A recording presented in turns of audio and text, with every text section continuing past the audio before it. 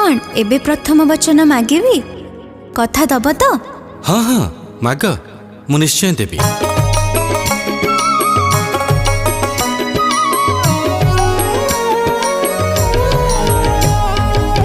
प्रथम वचन दिया हे भाभी पति कथा देले दुहे हेबा पति और पत्नी।